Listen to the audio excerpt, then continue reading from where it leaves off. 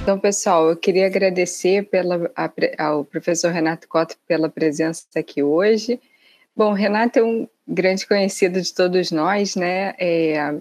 Agora está um pouquinho afastado aqui da UFRJ, está na Marinha do Brasil, mas assim, tem sempre o coração aqui na UFRJ, né, Renato?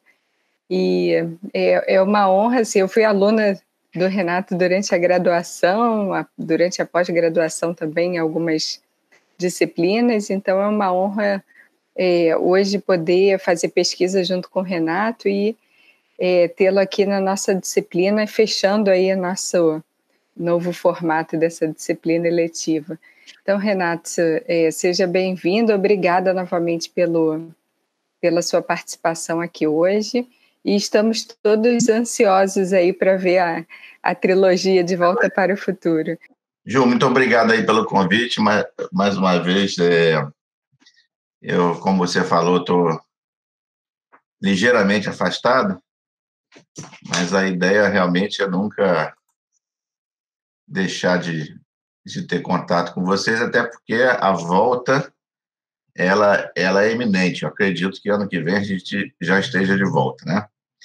Isso está bem um abre-cabeça, assim, de certa forma, essa apresentação. De Volta para o Futuro, a trilogia. Eu não sei se todo mundo aí conhece essa trilogia, esse filme, né? Mas eu acho que sim, né? Ele ficou bem popular. Esse filme foi lançado, o primeiro deles foi em julho de 1985. E eu estava na Carolina do Norte, acabando o doutorado. Eu vim embora em outubro de 85, e ele foi lançado em julho. E me marcou bastante, que eu fui no cinema, né? E um filme que tem uma dose de ficção científica bastante importante, mas eu considerei um filme, a trilogia em si, bastante inteligente e bastante motivante, né? E aí eu resolvi fazer uma brincadeira para tentar manter vocês acordados e mostrar algumas coisas, algumas relações entre a pesquisa, entre a engenharia moderna, que essa foi a proposta da Juliana, de mostrar a engenharia do futuro, a engenharia de hoje para frente, né? Tentar fazer uma relação disso com o passado. E por isso virou uma trilogia, porque eu queria mostrar 3 tópicos, né? Então, a primeira coisa é isso aí que vocês estão vendo. Marte, aconteça o que acontecer, não vá para 2020, né? Hoje a gente sabe por quê.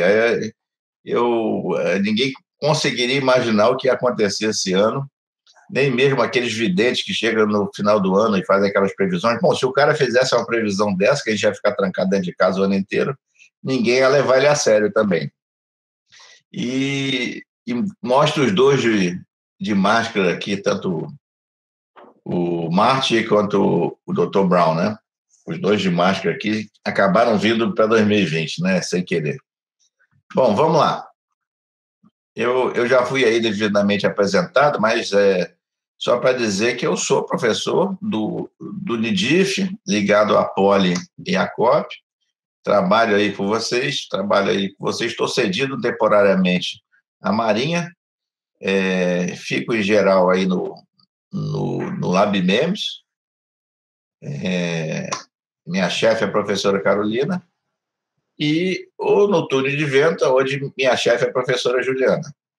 E aqui na Marinha, eu fico aqui no centro, onde fica a Diretoria Geral de Desenvolvimento Nuclear e Tecnológico da Marinha, e o que eu faço, essencialmente, é assessorar, tecnicamente, o diretor-geral, para atrair projetos, fazer proposição de projetos e tocar projetos, né, de interesse da Marinha.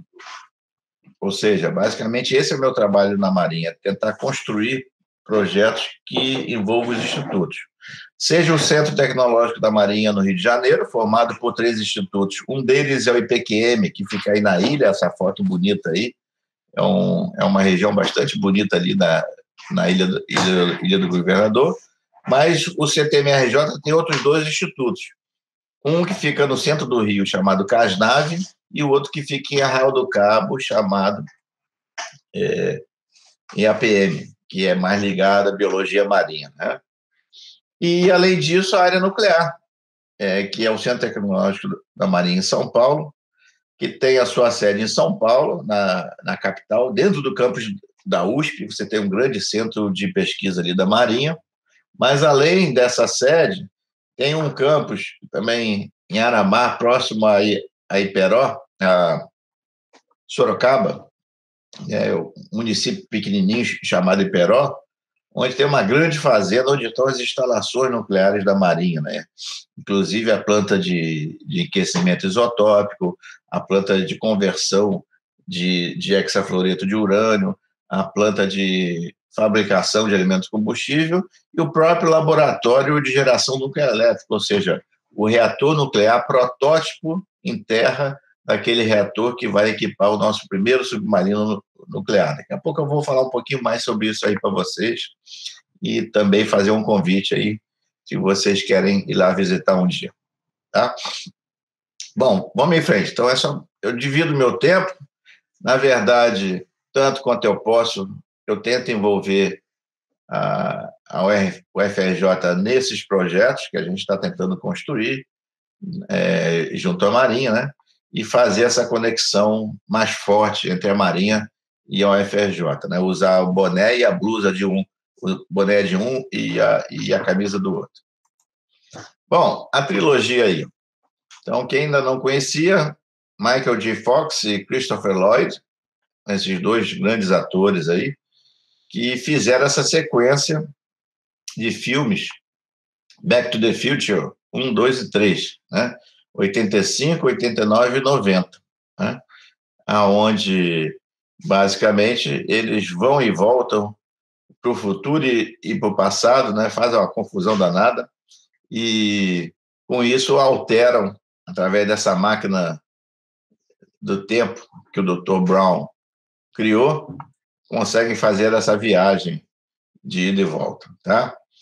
Não vou dar spoiler, vou falar um pouquinho de cada um quando for a hora, né? A gente fala um pouquinho sobre cada um. Mas, na verdade, o que eu vou falar por trás dessa brincadeira, para tentar manter vocês acordados, eu vou estar falando sobre integração e intensificação de processos, tá? É uma coisa muito importante para a engenharia moderna, né? E quando a gente pensa no engenheiro do futuro, ele vai ter que estar pensando nesse triângulo, né? Planeta, sociedade, ou seja, meio ambiente, sociedade e lucro.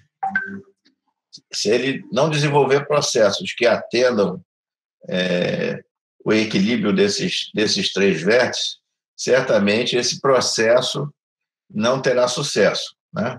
Ele precisa pensar em menos energia, menos materiais, matéria-prima, menos rejeito, menos emissões, processos mais seguros, processos que chegam ao mercado mais rápido, custos mais baixos, plantas menores, enfim, todo esse conjunto de coisas que são progressos que a engenharia deve promover nessas 3 vertentes: econômica, ambiental e sociedade. Então, basicamente, se vocês olharem para cá, é como se a gente misturasse nesse nosso reator energia, materiais e ferramentas, né? Com o nosso conhecimento, que é esse mixer aqui é o nosso conhecimento, que vai misturar esses ingredientes, energia, materiais e ferramentas, e sair lá do outro lado com desenvolvimento tecnológico. Esse é o trabalho do engenheiro, o mais importante trabalho do engenheiro nesse momento, né? Em que a gente precisa atender às demandas que vêm desses 3 lados, ok? Isso está muito bem descrito nesse artigo aqui do Baldeia, que eu recomendo quem quiser dar uma olhadinha. Bom, então vamos começar aí com o De Volta para o Futuro, parte 1. Tá? Esse foi o primeiro filme. Eu botei um texto aqui um pouquinho longo, para quem não conhece o filme, ficar aí registrado, né? Mas, basicamente, o filme foi lançado, se eu não me engano, em 3 de julho de 1985. Eu lembro dessa data porque foi na véspera do feriado de 4 de julho, lá dos Estados Unidos, se eu não me engano. Mas o filme começa o seguinte: na madrugada do dia 26 de outubro daquele mesmo ano, 85, Marty McFly, que é o Michael J. Fox, né, encontra seu amigo, que é o cientista Dr. Emmett Brown, que é o Christopher Lloyd. E aí ele revela ao rapaz que ele modificou um carro que já era badalado na época, que é o DeLorean DMC-12, modificado para tornar-se uma máquina do tempo. O DeLorean é aquele carro que as portas abrem assim para cima, sabe? Vocês devem ter visto isso aí ou no filme ou em outro lugar, mas dá um pulinho ali na internet, escondido, eu não estou vendo não, e vê quem é o DeLorean, ou clicar aqui em cima você não consegue, só eu. Que modificou para tornar-se uma máquina do tempo, né? Bom, aí o lance é o seguinte: essa viagem no tempo só ocorre quando a máquina atinge exatamente 88 milhas por hora, tá? Quando chega nessa velocidade. Aí tem um tal de um aparato chamado capacitor de fluxo, né? Naturalmente, imagina eu fazendo doutorado, fiquei curiosíssimo, que diabo de capacitor de fluxo? O que esse assessor aí do diretor inventou um capacitor de fluxo, enfim, exigia 1,2 gigawatts. Pô, isso aí é maior do que Angra 2, né? Fornecidos por um reator nuclear, fornecidos por fissão nuclear. Aí mexeu comigo, peraí. Como é que esse cara conseguiu combustível para isso? Muito fácil, ele roubou dos líbios, né? Para conseguir o plutônio que abastece o reator, o doutor enganou terroristas líbios que queriam que ele construísse uma bomba nuclear. Ele prometeu construir uma bomba nuclear e fugiu com plutônio, tá? Mas nessa noite em que eles estavam conversando nesse estacionamento do shopping, onde o doutor iria demonstrar a máquina, os líbios encontraram e mataram o Dr. Brown, e o Marty fugiu no DeLorean, tá?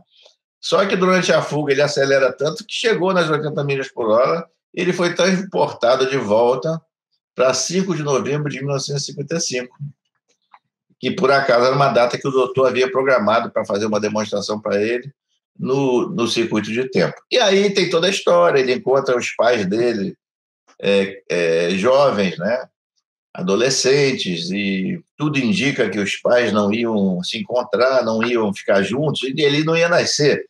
Então, a história começa daí, como ele pôde interferir no passado para que o futuro acontecesse, ou pelo menos aquilo que era o presente para ele, né? Aí começam as coincidências. Aí é que eu digo para vocês que esse De Volta para o Futuro é uma coisa que a gente precisa investigar melhor. Bom, não sei se vocês sabem, mas o primeiro reator nuclear entrou em operação em 1942, que foi o Chicago Pile, né? Foi aquele que foi feito embaixo do estádio de beisebol. Eu fiz uma visita lá, bati umas fotos lá no site de onde foi esse reator. Depois ele teve mais 2 versões, foi o CP2 e o CP3, ele foi alterado, e ele parou de operar exatamente, foi o primeiro reator, primeira vez que se conseguiu a reação em cadeia controlada, né, para exatamente se gerar energia elétrica com fios pacíficos, e o Henrique Fermi, que estava à frente dessa equipe.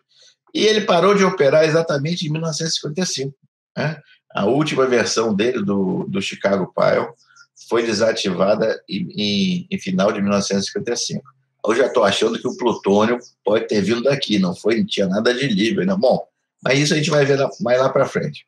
Além disso, a estação, a primeira estação de potência, né, comercial nuclear do mundo, que foi a Shippingport, na Pensilvânia, foi inaugurada em 56. Foi o primeiro reator, esse daqui, que está aqui à direita. A pilha de Chicago é isso aqui, um monte de madeira com grafite e água, né? ele é moderado a grafite, usa grafite como refletor, moderado à água, essencialmente urânio natural, e por isso precisa de uma massa grande de combustível. Aqui não, já é urânio enriquecido, levemente enriquecido, tá? Então, foi assim que começou a energia nuclear, mais ou menos coincidindo aí com a ida do Dr. Brown para esse ano. Bom, hoje nós estamos pensando em energia nuclear para muitas coisas. E uma delas é a nova fronteira, que é a fronteira do Mar Profundo, tá? Vocês podem achar que a gente vai começar um outro filme de ficção aqui, não, mas isso é muito realidade, tá? Então, nós estamos vivendo uma nova revolução na mineração, que é a exploração do Mar Profundo. Bom, se você pensar em petróleo, né, isso já existe e o Brasil é, de certa forma, pioneiro. O Brasil está à frente de todo esse processo, a partir da Petrobras, com a produção do pré-sal. Então, aqui uma ilustração, você pega lá no site do pré-sal, né, da PPSA, e onde você vê que existe uma cidade lá embaixo já, né? Você já tem inúmeros equipamentos marinizados para trabalhar nessa lâmina água de mais de 2.000 metros.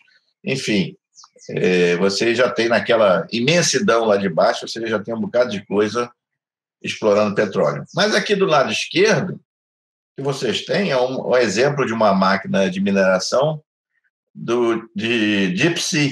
Nós estamos falando aí 4.000 metros, né? É o que já estão fazendo lá na Papua Guiné. Essa empresa do Canadá aí é uma das líderes nessa área, minerando ouro, cobre, prata e outros materiais, cobalto, níquel, né? Muita coisa que está ficando mais escassa aqui e cada vez mais difícil você minerar na superfície pelas questões ambientais, pelo impacto ambiental, e fazendo a opção de fazer a mineração no fundo do mar, né? E ali, realmente, a gente às vezes pensa no espaço, que a próxima fronteira é o espaço, mas, na verdade, a próxima fronteira está evidente que vai ser o fundo do mar, né? E muitos esforços estão sendo colocados. Eu não estou falando aqui de ficção, não. Olha o tamanho dessa máquina. Igual a ela, eu tinha até separado um filminho para mostrar a vocês a mineração no fundo do mar, mas ia ficar muito longo. Mas, se vocês quiserem, depois a gente pode botar aí, tá? E o Brasil, de certa forma, está à frente disso. Então, há pouco tempo agora, nesse segundo semestre, junto com duas pessoas da Petrobras, a doutora Silvia dos Anjos, uma geóloga de grande reputação na Petrobras, e o engenheiro Fábio Passarelli, além do Leonan Guimarães, que é da Eletronuclear, presidente da Eletronuclear, a gente fez um artigo sobre avanços e perspectivas na geração elétrica nuclear submarina. Esse artigo veio de uma demanda real da Petrobras para a montagem de um roadmap, né? No ano passado, eu trabalhei junto a esses dois técnicos da Petrobras, exatamente preparando esse roadmap. O que seria necessário para a gente pensar na geração elétrica nuclear submarina, né? Quais seriam os ingredientes necessários? O que a gente tem que estudar? Aonde a gente tem que colocar os nossos esforços de pesquisa para, em alguns anos, ser capaz de estar gerando energia submarina. Primeiro é o seguinte, não se espantem, né? Vocês podem ter aquele susto assim, meu Deus, mas botar um reator nuclear lá embaixo, tem 180 reatores nucleares, e pior, andando para lá e para cá, e pior, dando um tiro um no outro. Então, não se assuste. Um reator autônomo, um microreator autônomo lá embaixo, sendo operado aqui de cima, ele certamente é extremamente seguro, até porque ele tem refrigerador e moderador de forma abundante aqui embaixo, né? Tem um controle inerente de qualquer situação acidental. Não vou conseguir falar muito sobre isso, mas só para tranquilizar vocês, mas nós temos 180 submarinos nucleares no mundo. Esse é um número estimado, que ninguém confessa quantos tem, na verdade, certamente deve ser mais, né? Circulando para lá e para cá. A maioria deles ficam submersos 6 meses. Por quê? Se o submarino sair, ele se entrega. Ele entregou a missão. Ele passa a ser detetável. Toda a vantagem de um submarino nuclear, que é ficar submerso meses, desaparece quando ele vem à superfície. Então, ali em frente à Copacabana agora, pode estar passando um submarino russo. Em frente a Salvador, pode estar passando um submarino americano, né, chinês, enfim. Você pode estar sendo... Claro, certamente tem um em frente a Nova York, certamente tem um em frente a São Petersburgo, lá, enfim. O oceano está salpicado de reatores nucleares, ok? Urânio enriquecido a mais de 90%, né? Circulando pelo mundo afora. Tá? E há alguns submarinos já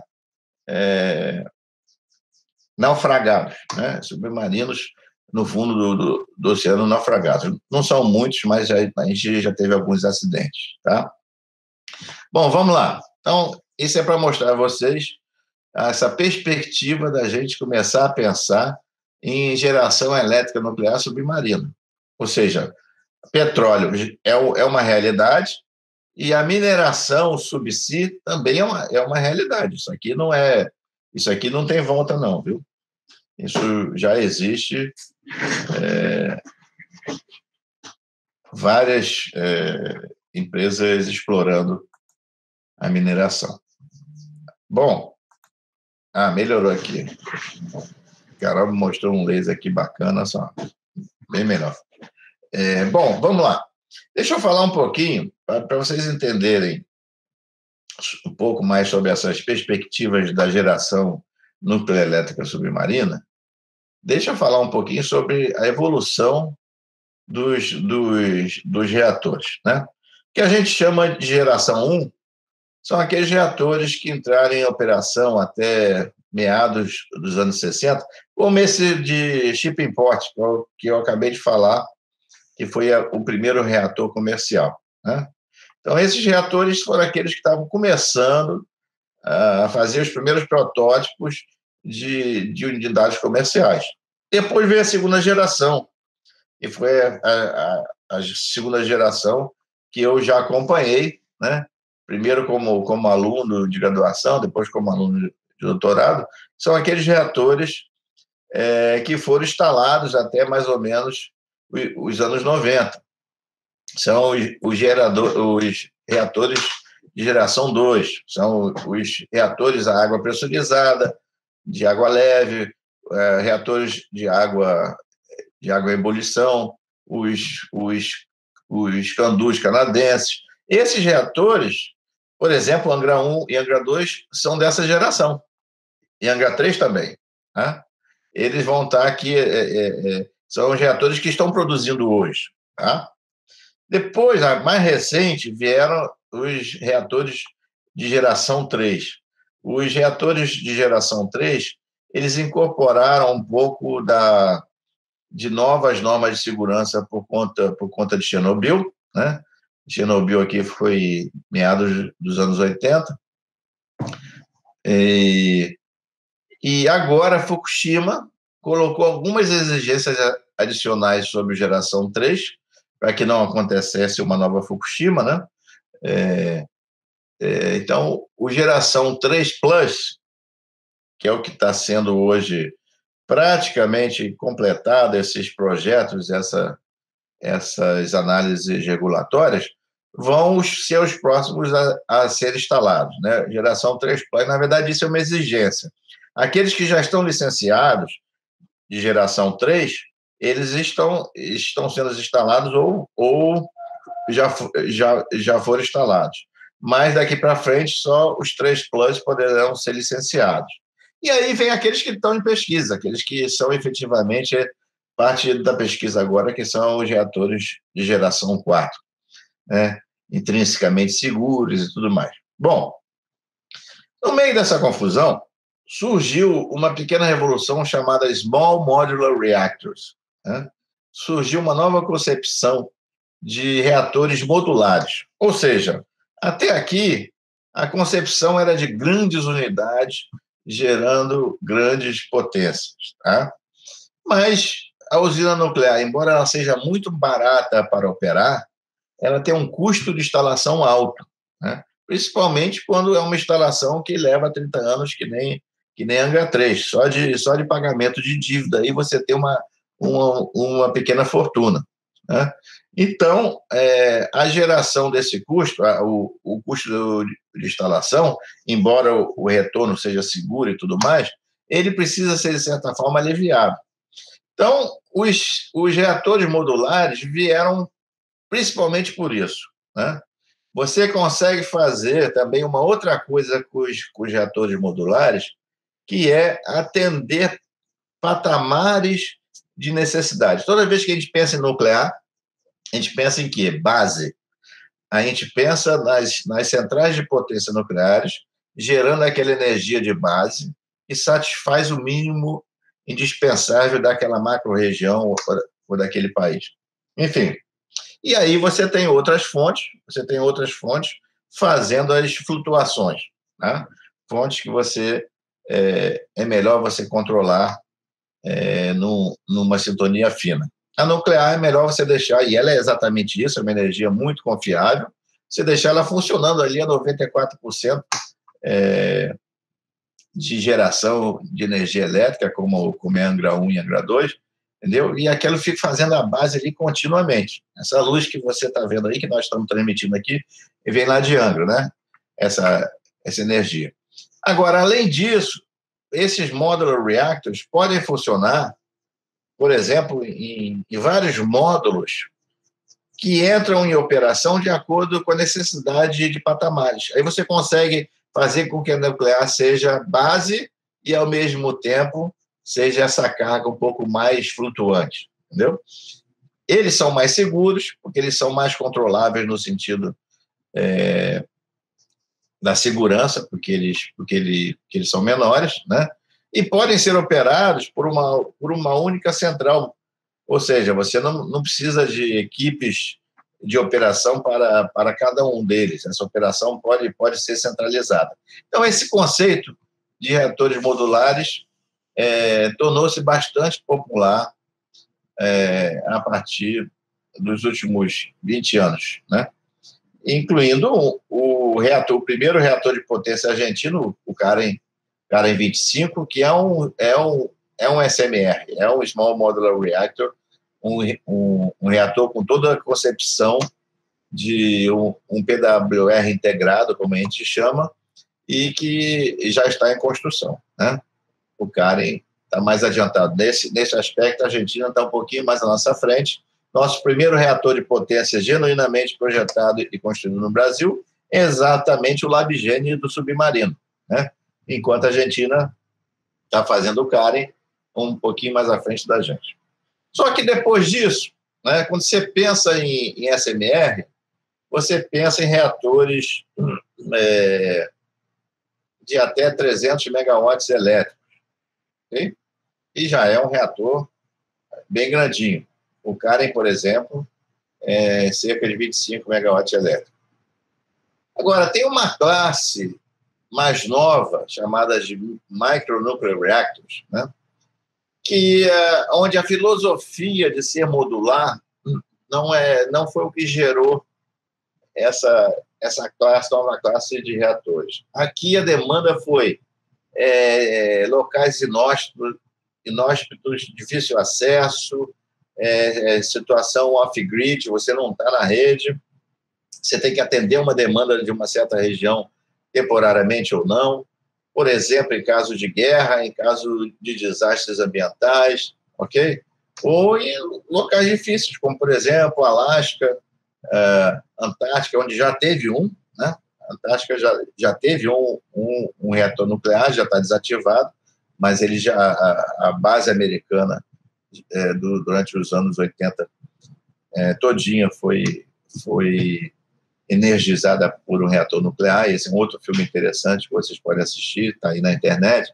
Enfim, então o Small Modular Reactor seria o reator, esse Micronuclear Reactor, perdão, seria os reatores ideais para essa geração elétrica nuclear submarina, essa geração elétrica nuclear offshore, tá? É isso aí que a gente quer mostrar.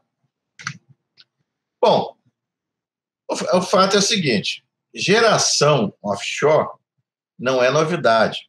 A Rússia já está de olho na exploração do petróleo na Antártica desde os anos 70. Primeiro reator nuclear subsea de verdade é de 1974. O primeiro projeto é de 1974, americano, da Rockwell.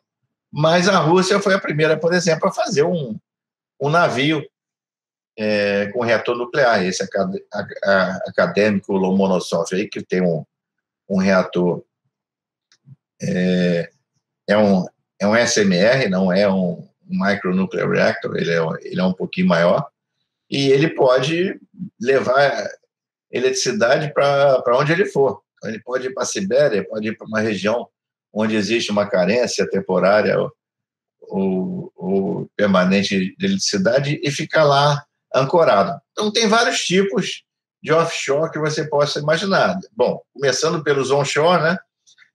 Você pode ter esse tipo de reator SPA, que ele é ancorado, mas ele fica parcialmente submerso. Existe o submerso, propriamente dito, e existe aquele que fica no chão do oceano, né? No fundo do oceano, que é o subsea. Aqui, por exemplo, você tem o projeto do MIT, o MIT também, em anos recentes, propôs um reator offshore desse tipo SPA, né? Que fica ancorado, onde o reator fica abaixo do nível da água, novamente por questões de segurança, para que você tenha resfriamento natural, né? Ele fica abaixo do nível da água. E uma parte aqui que fica acima do nível da água, que funciona como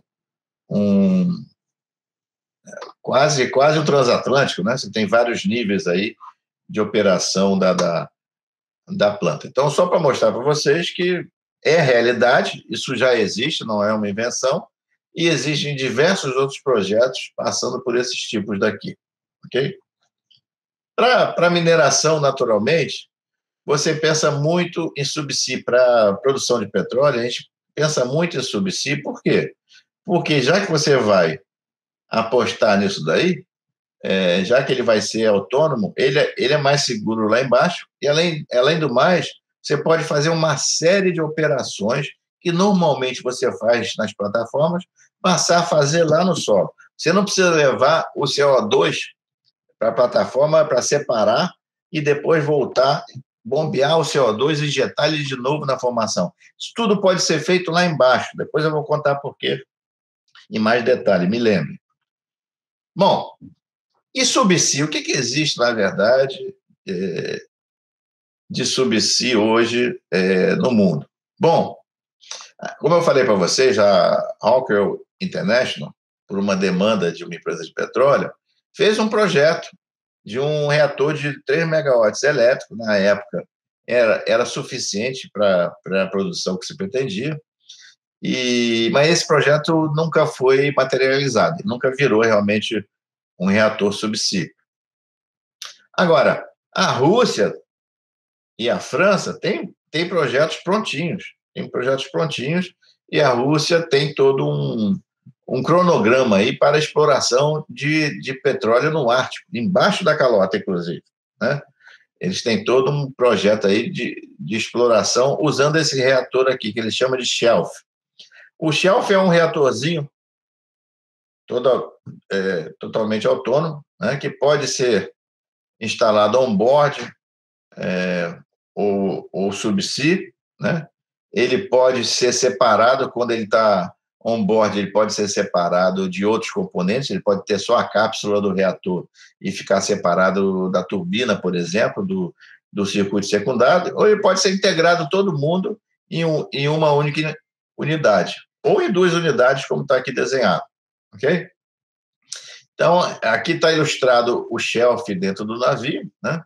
Ele está sendo transportado para ser instalado no Ártico, né? Essa é a concepção artística. É muito difícil encontrar informação sobre reatores russos, né? Então, a gente quase sempre tem dificuldade de encontrar documentação. Agora, tem esse projeto francês, que lembra muito mais um submarino, né? Lembra muito mais um submarino. De novo, ele pode ser se chama Flex Blue. O Flex Blue ele foi pensado para ser tanto autônomo quanto tripulado. Ele tem um projeto de uma tripulação de até 6 pessoas, seja para manutenção, seja para operação, mas, na verdade, o principal conceito é ser autônomo. Mas ele foi pensado para não ficar muito longe do litoral. Nós estamos pensando aqui até 150 metros de profundidade. O Flex Blue foi pensado para gerar eletricidade para ilhas, regiões insulares, né? E também para regiões costeiras com alto consumo de eletricidade, onde você já tem dificuldade de licenciamento para colocar em terra. Tá? Então, esse é o Flex Blue, tem essa ideia também de ficar preso ao fundo do mar, né? Transportado também para o navio, né? Ele é transportado da sua localização para o navio. Ele tem uma propulsão própria, mas é só para ajuste de posição. Essa propulsão dele não é para navegação, né? Então, para longos percursos assim, ele tem os hélices de posicionamento, mas não é para ele se locomover dentro d'água, ok? E o tipo de manutenção que ele tem, bom, todos eles são feitos para você precisar fazer recargas de combustível com prazo bem amplo, né? Os submarinos mais modernos, por exemplo, nunca fazem recargas. Eles já têm combustível de alto enriquecimento para ficar os 25 anos ali da vida útil dele já navegando, ok? Bom, e esse projeto com a Petrobras levou a gente também a fazer uma correlação com o que nós temos. Será que nós somos candidatos a ter um microreator nuclear? Então, isso foi parte do nosso estudo. Aqui está uma foto da família Cota visitando aqui o Itaguaí, né? Aonde você faz a integração dos submarinos convencionais e onde será feita a integração também do primeiro submarino nuclear. A Nuclep fez todos os anéis dos 4 submarinos convencionais. Os últimos 2 já estão em montagem. Tem um que está sendo entregue agora no final do ano para a operação, que é o Riachuelo, que eu fui lá no lançamento dele. Depois vem eu não lembro a ordem agora, vem os outros 3, e 2 estão sendo montados agora simultaneamente, um já está no mar, o segundo já está no mar fazendo os testes que tem que ser feito, mais ou menos leva 1 ano e meio, até tal qual o Riachuelo ser entregue à força de submarino, né? Então, a coisa está bem adiantada. E a Nuclep já está fabricando o anel teste, o anel de teste de qualificação do SNBR, do primeiro submarino nuclear, que tem um diâmetro maior do que esses convencionais, tem um diâmetro de cerca de 10 metros, né? E vai ser, então, o próximo a ser construído. Está iniciando a sua construção, ok? Terminando o projeto executivo também.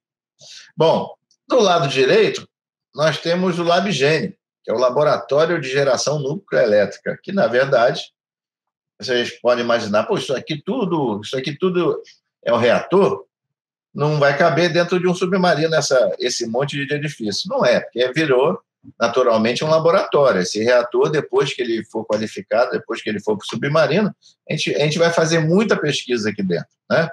Então, aqui você tem toda... E, claro, numa instalação em terra, você tem uma série de questões de segurança e de controle ambiental que tem que ser feitas. Então, as instalações são grandes, porque isso é um laboratório, e também porque a gente quer deixar isso aqui permanentemente como um centro de pesquisa. Mas o reator em si é pequeno, daqui a pouquinho eu mostro ele aí, ok? Essa obra, isso aí, essa foto é do meio do ano passado, ou seja, do início do segundo semestre do ano passado, a última vez que eu estive lá, e, por exemplo, esse prédio auxiliar controlado já está pronto, e o reator, onde fica o circuito primário, começou a ser instalado definitivamente agora, tá?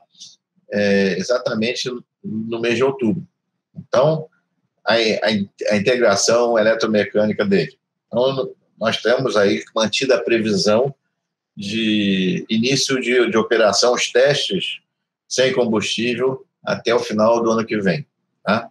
Então, o LabGene é o protótipo em terra, esse reator que vai estar aqui dentro é o protótipo em terra daquele que vai estar dentro do submarino nuclear, que tem prazo para conclusão em 2029. Então, o LabGene 2021 e o submarino nuclear 2029. Okay? Olha aqui o reator. Esse é o tamanho do reator. Você vê que ele não é tão grande assim, né? Então, dá para você imaginar um reator. Esse reator aqui, ele gera mais ou menos aí uns 11 megawatts elétricos, né? Mas ele pode... 11 a 17, a informação nunca é muito precisa, por outras questões. Mas ele pode chegar, se você empacotar combustível, ele pode chegar a um pouco mais, né? Você sempre deixa um espaço nas varetas de combustível, assim como você pode também aumentar o enriquecimento um pouco para gerar mais energia. Mas vamos dizer aí que a gente chega até 20 megawatts elétricos. Tá?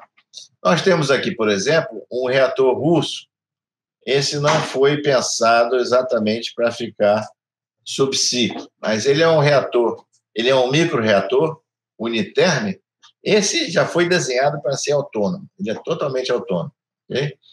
E ele tem uma geração de 2,5 megawatts elétricos. Esse reator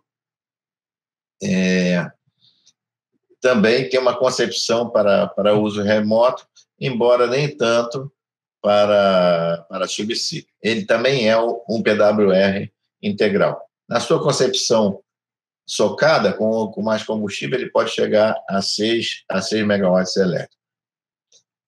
Então, é possível, sim, é possível a gente ter um microreator nuclear. Só que a gente tem que seguir esse roadmap aqui, ó, que é mais ou menos igual para todo mundo. Você pode acelerar alguma coisa aqui ou ali, mas é que nem a vacina, não tem coisa que não dá para acelerar, né? Então, existe essa fase aqui de desenvolvimento. As empresas que estão fazendo hoje reatores que estão à frente em microreatores nucleares, eles começaram por aqui, mais ou menos, em 2017, um pouquinho antes, né?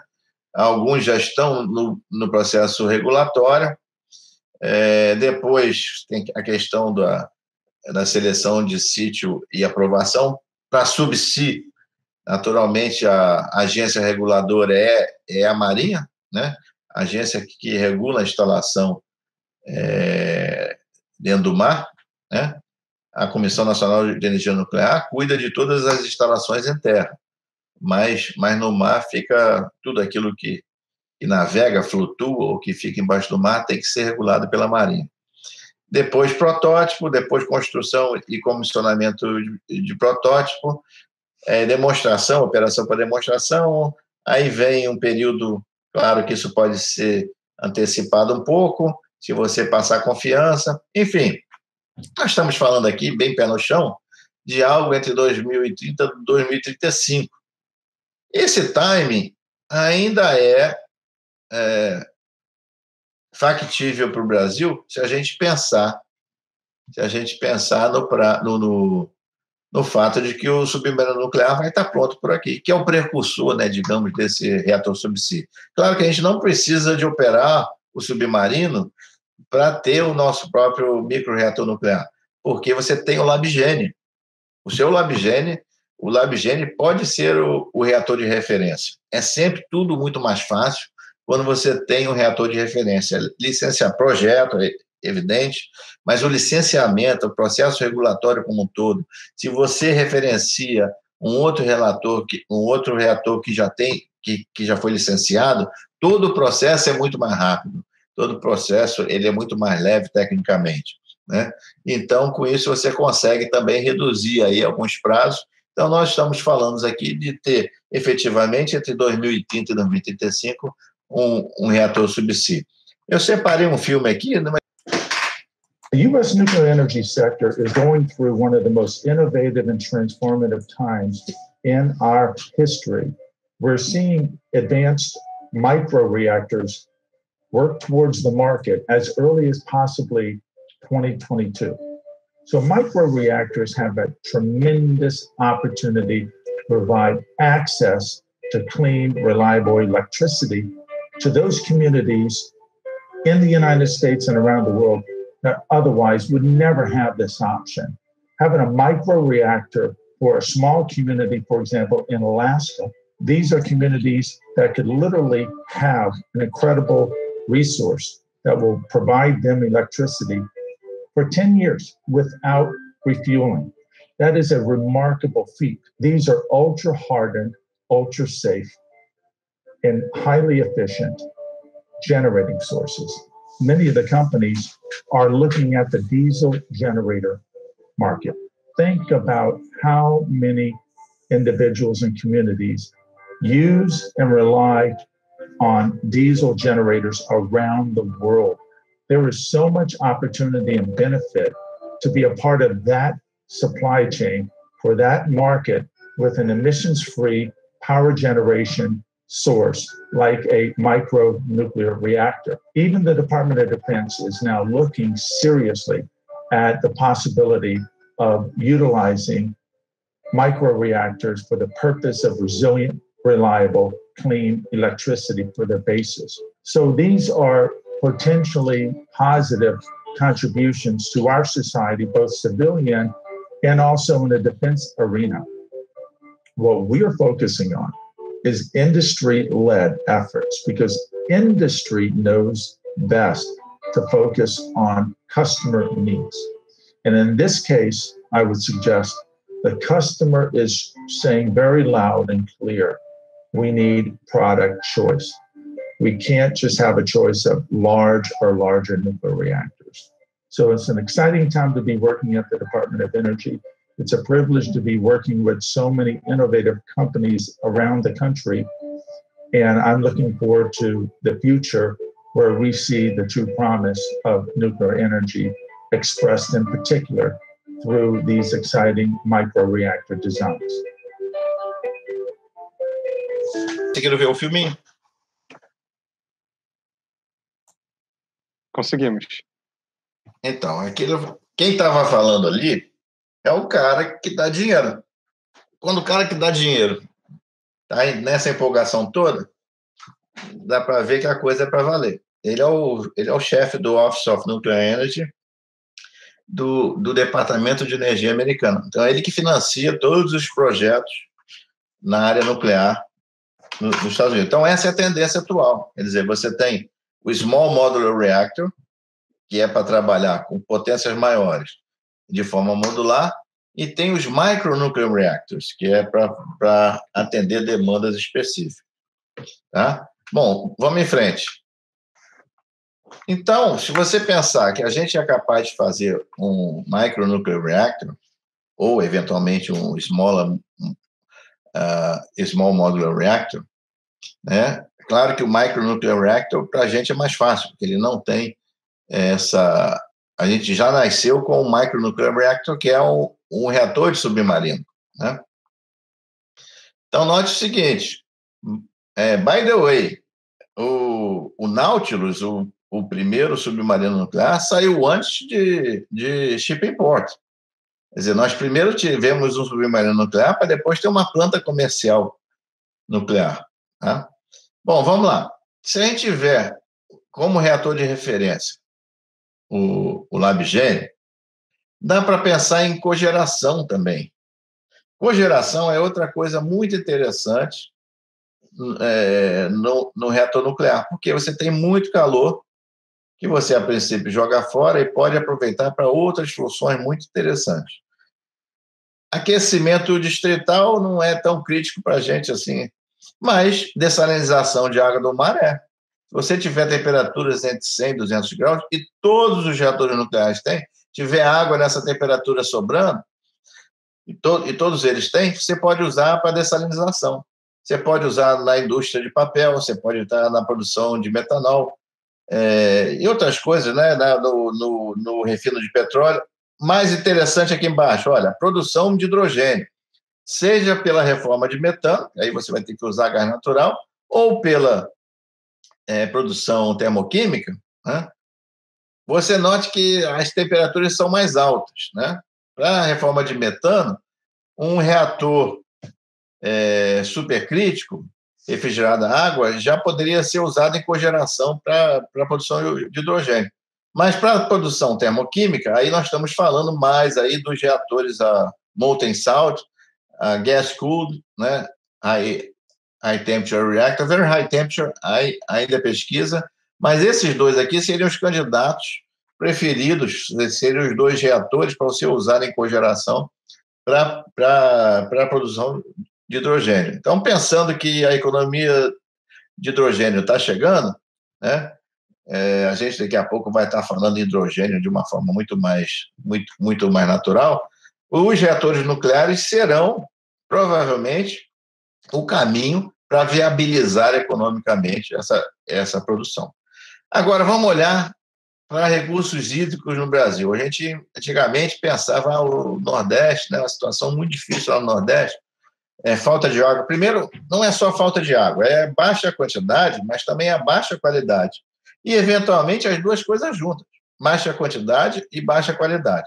Então, se você olhar assim, realmente, no Nordeste, e não é só no interior, observe que bem próximo ao litoral, você tem inúmeras regiões onde existe estresse hídrico, mas também São Paulo, também lá no Rio Grande do Sul, também aqui no Mato Grosso, você tem regiões que misturam baixa qualidade e baixa quantidade, muitas vezes por uma demanda agrícola, por exemplo, né? Você não tem água suficiente para viabilizar a produção agrícola, ou se torna um insumo muito sensível. Então, o Brasil tem um potencial imenso para dessalinização, não apenas de água do mar, como, por exemplo, o atendimento de toda essa região aqui do Nordeste, como também de água salobra. Né? Se você for para o interior do Nordeste e cavar um poço lá, você vai achar água, só que você vai achar uma água salobra. Um poço profundo, e você vai ter uma água com muito sal, que não serve para o consumo humano, não serve para muitas espécies agrícolas, de produção agrícola, não serve para dessedentação de gado. Então, você precisa tratar essa água, você precisa dessalinizar essa água. Então, a gente tem um potencial imenso para uso de processos de dessalinização. Então, o projeto Dessal foi isso, foi uma ideia de trazer o reator do submarino para o mundo civil. Vamos trazer esse reator do LabGen, vamos civilizá-lo, né? Vamos fazer com que ele seja um equipamento que possa ser usado. Então, socando bem combustível, melhorando algumas coisas no reator, a gente chega a essa geração elétrica de 24 megawatts, que já é competitiva com o Carém da Argentina, né? E uma potência térmica total de cerca de 75 megawatts. Tá? Usando o software da Agência Internacional de Energia Atômica, ela tem um software chamado DEEP, que é exatamente para examinar opções de dessalinização, a gente encontra aí um ponto ótimo de geração usando osmose reversa e usando destilação por membrana de 132 mil metros cúbicos por dia. a um consumo típico do Nordeste de 110 litros dia, nós estamos falando aí de atendimento a 1.200.000 pessoas. Tá? Isso é muito mais do que o atendimento ao primeiro ramo da transposição do São Francisco, a uma fração do custo. Né? Isso significa, por exemplo, 50.000 toneladas por ano de produção de milho. E a água ainda é um custo razoável. No cenário mundial, a água dessalinizada está variando entre $0,75 a 1,4. Depende da região, depende do processo, enfim. A gente consegue fazer esse custo, naturalmente estimado por esse software da agência, isso teria que ser melhor detalhado, mas a $0,78 por metro cúbico. Então, só para vocês terem uma ideia da viabilidade desse processo, né? Como esse processo seria viável a partir de uma tecnologia dominada. Em paralelo, a gente resolveu investir em técnica de dessalinização, em tentar melhorar aquilo que já existe. Tem outra back to the future aqui, porque a destilação por membrana é um processo térmico que usa membranas, não por osmose, mas usa exatamente a evaporação e a própria capilaridade da membrana para evaporar de um lado e condensar do outro puramente água. Né? A salmoura fica de um lado quente, fica do lado quente, do outro lado passa uma água fria que serve para dar essa diferença de temperatura, que é o drive. Efetivamente, é o drive de pressão capilar que você precisa para que a água dessalinizada atravesse a membrana. Então, através de um projeto, de novo, envolvendo a Marinha e a UFRJ, financiado pelo Ministério da Defesa, a gente chegou a uma concepção otimizada da unidade piloto que a gente já tinha em um projeto anterior, unidade piloto de destilação por membrana. Então, aqui está a membrana, não sei se vocês estão vendo aqui, dentro desse cilindro preto, existe um monte de canudinho, assim, parece canudinho de festa, né? Que são fibras ocas, né? Fibras ocas porosas, ok? Hidrofóbicas. Por dentro da fibra pode passar o fluido quente, por fora da fibra pode passar o fluido frio, né? E assim você consegue concentrar mais a salmoura, ao mesmo tempo que você destila, e consegue uma água de alta qualidade. Usando temperatura, usamos até temperaturas menores do que 60 graus, mas usando temperaturas a 80 graus e resfriando a 30, a gente conseguiu aumentar a produção desse módulo de 418 litros dias para 941 litros dias. Isso é muito bom, porque essa membrana aqui só tem 1 metro quadrado de área, mais ou menos 1 metro quadrado de área. Ou seja, nós estamos melhorando 125% simplesmente com otimização, simplesmente com simulação computacional que levou essa otimização de parâmetros operacionais. Tá? Então, o próximo passo é fazer uma nova unidade, né, deixar essa quietinha lá no laboratório, mas fazer uma nova unidade para ser instalada em um pequeno navio, onde a gente vai usar o calor rejeitado do motor do navio, ao invés de simplesmente jogar esse calor fora para o mar, né, pela água do mar, usar essa água do mar de resfriamento como a seda própria, a água a ser dessalinizada por uma unidade embarcada. Né? Isso é o que nós estamos fazendo agora, nesse momento, nós estamos fazendo o projeto dessa unidade e temos que fazer toda a aceitação, né, da Marinha em relação a essa unidade que vai ser instalada.